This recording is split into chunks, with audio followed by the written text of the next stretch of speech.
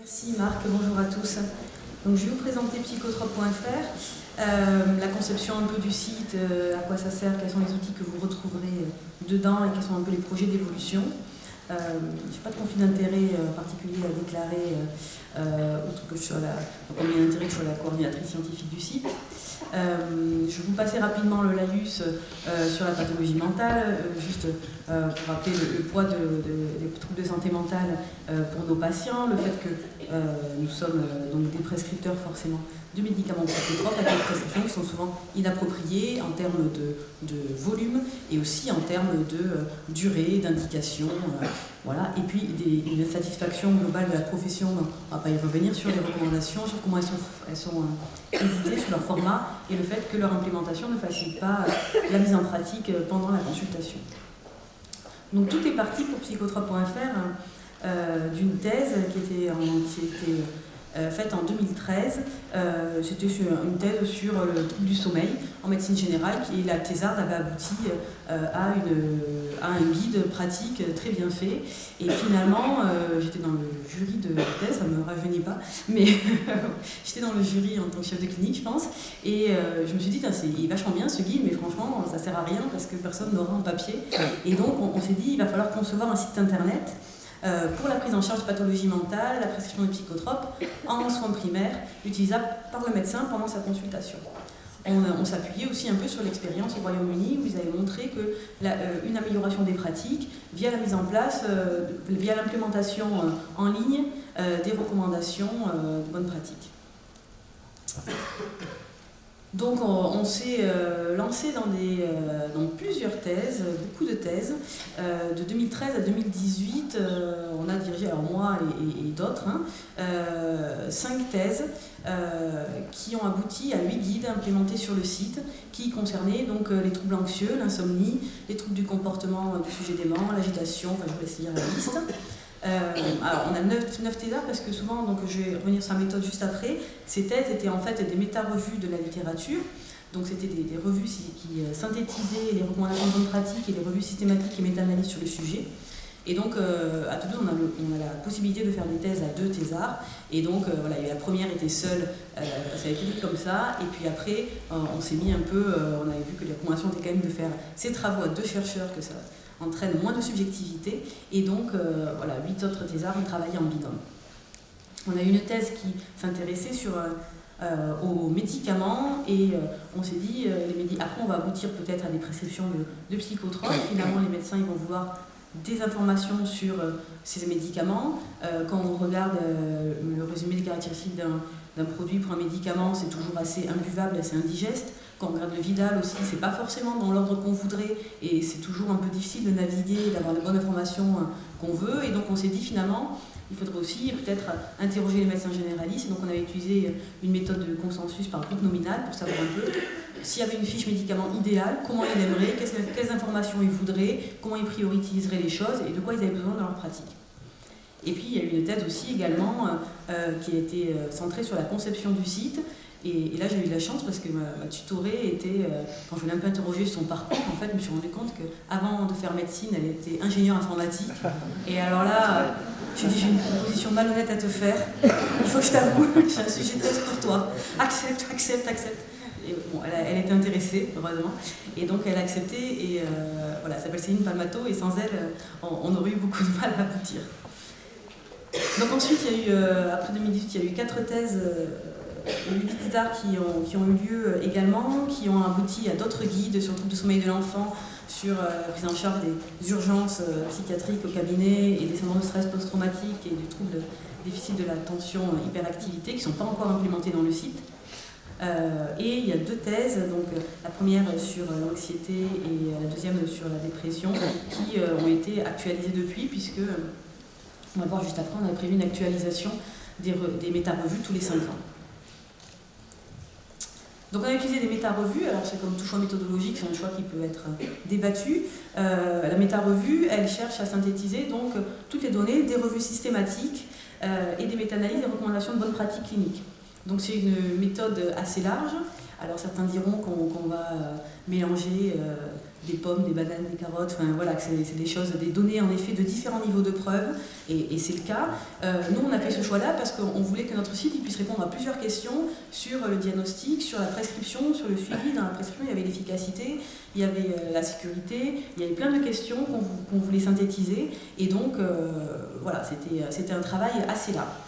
Donc ceux qui sont intéressés par la méthode, Damien Driot avait publié un article dans Exercer qui reprenait un peu les méta-revues et qui proposait une grille de lecture méthodologique. Et dans cette méta-revue, on fait une revue systématique donc de toutes ces revues systématiques, méta-analyse, recommandations, et on évaluait bien sûr la qualité de ce qu'on trouvait. Donc les articles qui étaient inclus dans la revue étaient évalués au niveau de leur qualité méthodologique et de la qualité du rapport qui en était fait. Puis il y avait une synthèse narrative et les résultats étaient hiérarchisés en fonction de l'évaluation de la qualité. On a abouti à pas mal de guides. Alors, peut-être, je suis désolée, la qualité n'était pas assez bonne, qui se présentaient un peu comme ça, sur des fiches qu'on pouvait avoir en papier et qui aboutissaient, les thèses aboutissaient à ces algorithmes décisionnels-là. Ensuite, donc, comme je vous le disais, on a implémenté d'autres données, on a fait des fiches médicaments, donc on est parti des données de la base de données publique des médicaments, on a appliqué le format qu'on avait déterminé grâce au groupe nominal, et donc grâce au consensus qui se dégageait des médecins qu'on avait interrogés, et on a pu remasteriser un peu ces fiches médicaments selon le format. Voilà, c'est un travail très sympathique, assez fastidieux, mais voilà.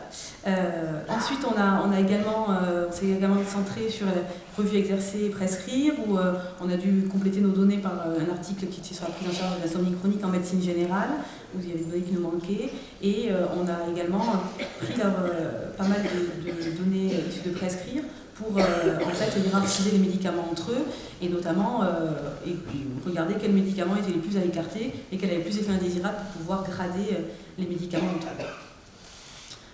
Ensuite, on a également pris d'autres outils, les critères du DSM, des échelles de dépistage, de suivi. Alors avec tout ça, donc Céline Palmato a pu concevoir le site en synthétisant les guides de pratique clinique, le résultat des méta-revues. Là, elle a fait un gros travail où, à partir de guides que je vous ai présentés tout à l'heure, elle a transféré ça en langage informatique. Je ne saurais pas trop le dire, moi je ne sais pas coder dans mon garage, donc mes compétences vont s'arrêter là. Mais pour vous traduire ce qu'elle a fait, mais elle saurait le dire bien plus que moi. On a recensé tous les médicaments concernés par le site, on a recensé, référencé, rendu homogène visuellement tous les outils, on a élaboré les cahiers de charges et puis on a présenté les besoins à un web designer pour qu'il puisse évaluer la faisabilité de la réalisation du site. Finalement, la structure du site, elle est par deux accès. On a voulu, alors nous au départ on voulait un accès, on était vraiment centré par l'accès par pathologie, qu'on a d'abord modélisé par le guide le plus complexe qui était sur l'épisode précis caractérisé, avec plusieurs niveaux d'information. Et puis on s'est dit quand même qu'un accès par médicament pouvait être utile pour ceux qui voulaient juste des informations sur comment prescrire le médicament, quelles sont les posologies usuelles, quels sont les effets indésirables les plus fréquents. Et puis un accès aux outils aussi qui est présent. Donc finalement, on a abouti à la sortie de ce site qui finalement, la première thèse était en 2013 et puis il est sorti au début du confinement en 2020. Ça a mis un peu de temps, mais voilà, c'était un travail conséquent quand même. Marc, ça va ? J'espère que le lien va marcher. Je me sens un peu oppressé, il y a du monde qui me regarde. Et ça te le fait souvent, je crois. Ouais, dès que je suis dans un amphi, Et t'as d'autres... D'accord. Et ça t'arrive souvent, ça je sais pas. Pour un congrès, comment ça s'est passé, là ? Tu m'intimides, je sais pas. Ouais, ça marche pas. Ça marche pas, en plus. Moi, je t'avais dit ça marcherait pas. Bah ouais, tu vois. Voilà, ils m'ont dit que ça marchait, tu vois. Tu m'as dit ça marche ou ça marche pas. Voilà. Bon, alors Marc ne va pas bien. Moi, je le fréquente un peu au bureau du CNGE maintenant. Et bon, c'est vrai qu'il a des fonctions de trésorier et tout, c'est compliqué pour lui. Je vois qu'il est un peu anxieux. Donc, sur psychotrope.fr, si mon lien marchait et que je pouvais aller sur le site, je ne peux pas faire. Bon, tout notre scénario s'écroule.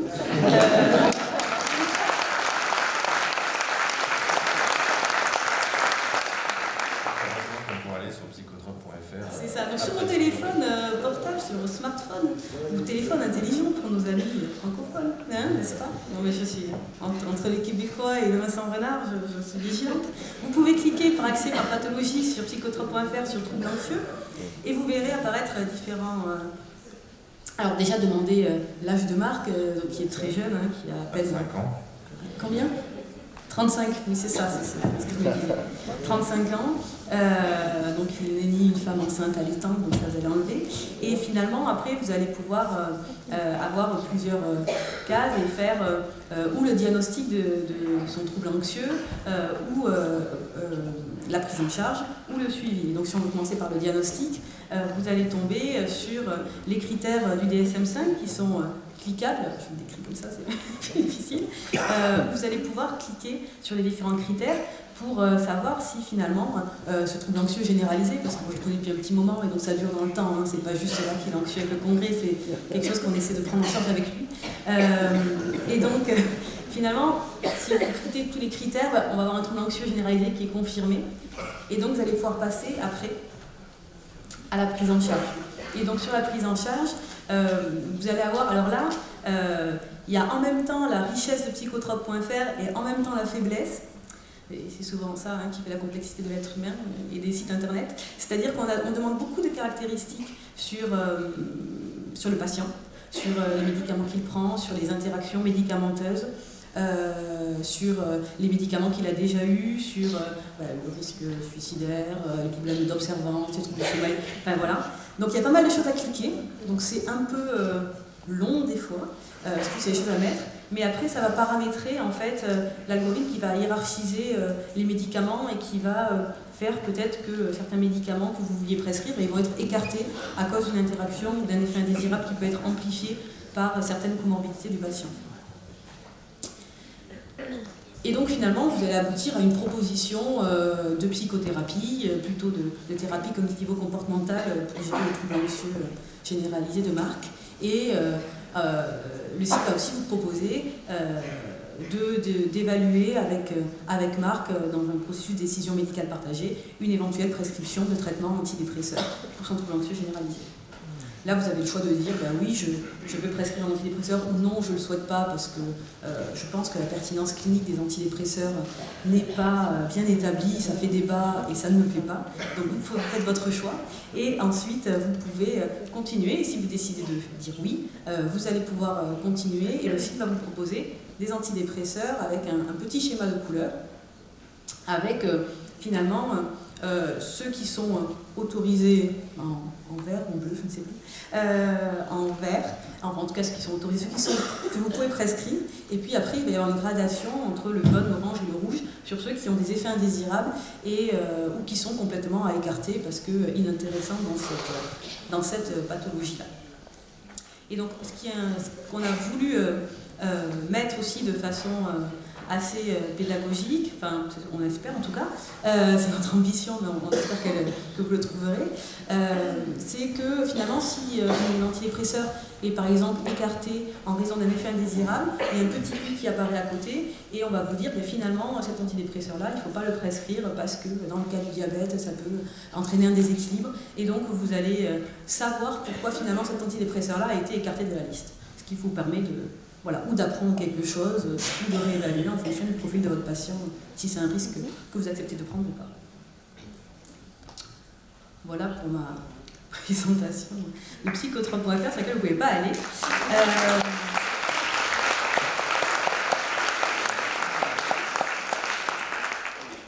Donc c'est un travail